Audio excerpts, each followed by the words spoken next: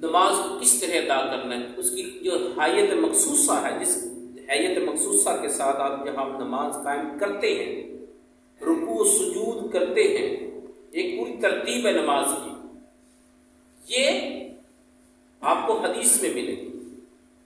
اب دیکھیں نا، ہم جو نماز کے اندر جو کچھ پڑھتے ہیں، نماز کے اندر جو کچھ پڑھتے ہیں، اس میں ہم قرآن بھی پڑھتے ہیں، حدیث بھی پڑھتے ہیں۔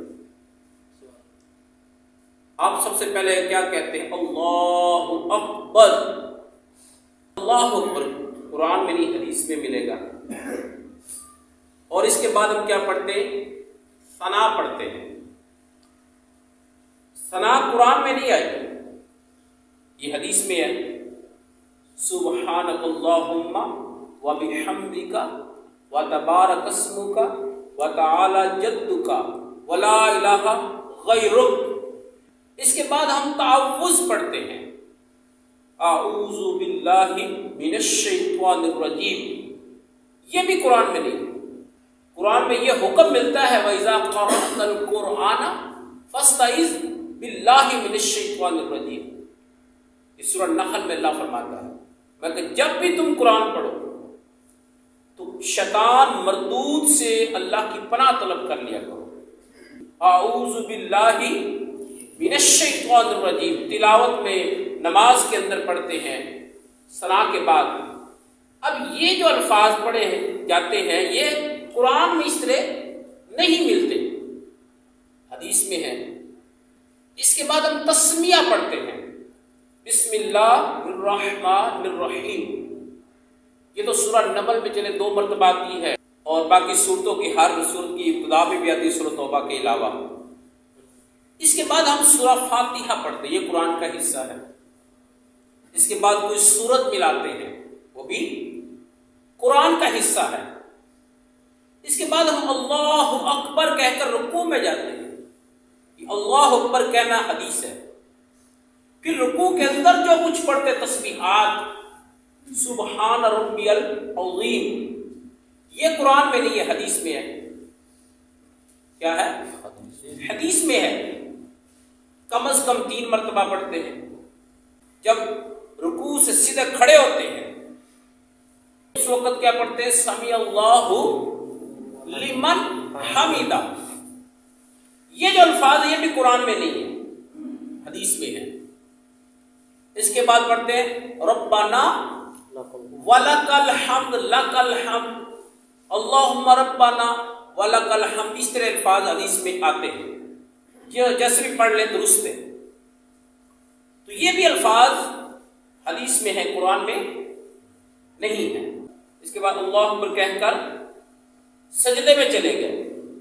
سجدے کے اندر جو تسبیحات پڑھتے ہیں آپ، سبحان ربی الاعلی، یہ بھی قرآن میں نہیں الفاظ، کہاں ہے؟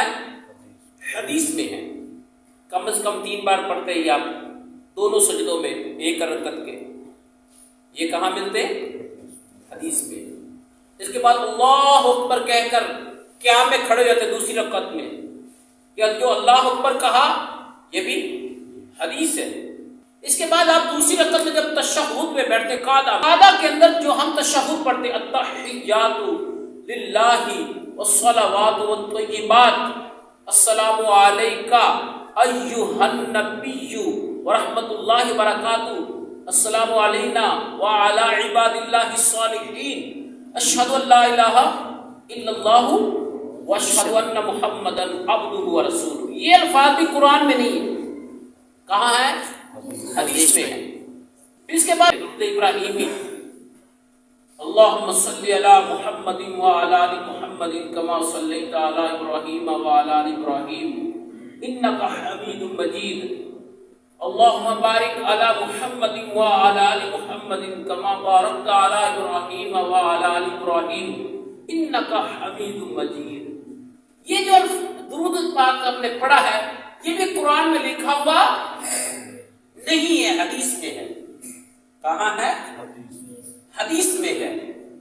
اس کے بعد آپ دعا پڑھتے ہیں، رب اجعلنی، یہ تو قرآن میں ملتی ہے سورہ ابراہیم کے اندر۔ اس کے علاوہ ایک اور دعا بھی مذکور ہے، وہ بھی پڑھی جا سکتی ہے، وہ کیا ہے؟ وہ حدیث حدیث میں ملے گی، اللہم انی ظلمت نفسی ظلما کثیرا ولا یغفر الذنوب الا انت فاغفر لی مغفرۃ من عندک وارحمنی انک انت الغفور الرحیم۔ یہ دعا یہ حدیث میں ملتی، یہ بھی آپ رب جاننے کی جگہ پڑھ سکتے ہیں۔ اس کے بعد آپ السلام علیکم ورحمۃ اللہ پڑھتے ہیں، سلام پھیرتے ہیں دونوں طرف۔ یہ الفاظ بھی حدیث میں ملیں گے، قرآن میں۔ یعنی آپ زیادہ حصہ نماز کے اندر حدیث مبارکہ کا پڑھتے ہیں۔ کیا پڑھتے ہیں؟ آپ صرف قرآن پڑھتے، صرف فاتحہ اور سورت، صرف فاتحہ کے بعد سورت ملاتے ہیں، یہ فقط قرآن پڑھتے ہیں آپ ہر رکعت میں، صرف فاتحہ پڑھتے ہیں سورت ملاتے ہیں، تو یہ حصہ قرآن کا ہو گیا۔ اس کے علاوہ باقی جو کچھ پڑھتے ہیں وہ حدیث مبارکہ پڑھتے ہیں۔ یعنی زیادہ حصہ آپ نے قرآن کی نسبت نماز میں کیا پڑھا؟ حدیث کا حصہ پڑھا۔